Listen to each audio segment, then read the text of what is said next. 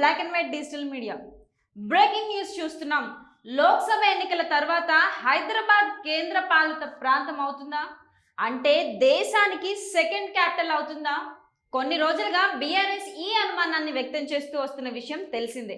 CM Revanth Reddy బడే bye మోడీకి అనుకూలంగా వ్యవహరిస్తున్నారని బీఆర్ఎస్ వర్కింగ్ ప్రెసిడెంట్ కేటీఆర్ ఆరోపిస్తూ వస్తున్నారు. ఈ ఎన్నికల తర్వాత రేవంత్ రెడ్డి బీజేపీలో చేరతారని కూడా ఆయన చెప్తున్నారు. బీజేపీ నేతలు కొందరు సైతం ఇదే విషయాన్ని ప్రస్తావిస్తున్నారు.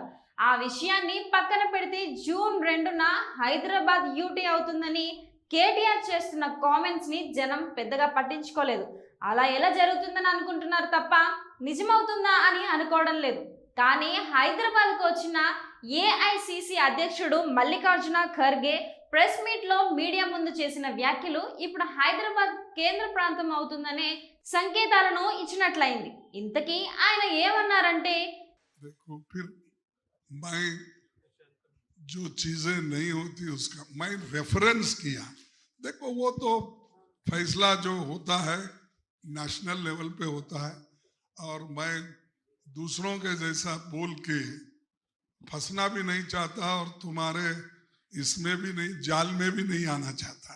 लेकिन जो वक्त था उस वक्त उन्होंने कहा था, और मैं तो नजदीक हूँ हैदराबाद, दिल्ली अगर मेरे नजदीक है हैदराबाद तो मेरे को और खुशी होती है।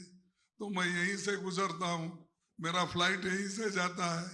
హైదరాబాద్ యూటీ అయితే నాకు సంతోషమే, తిరగడానికి నాకు ఢిల్లీ కంటే హైదరాబాద్ దగ్గర అవుతుందని కాంగ్రెస్ జాతీయ అధ్యక్షుడు ఖర్గే అన్నారు.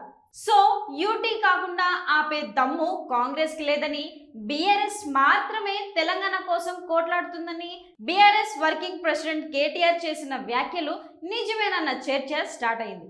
2 రోజుల్లో ఎన్నికలున్నాయి అనగా మల్లికార్జున్ ఖర్గే హైదరాబాద్ యూటీ సంగతిపై రియాక్ట్ అవ్వడం కాంగ్రెస్ పార్టీకి తలనొప్పిగా మారిందంటున్నారు పొలిటికల్ అనలిస్టులు.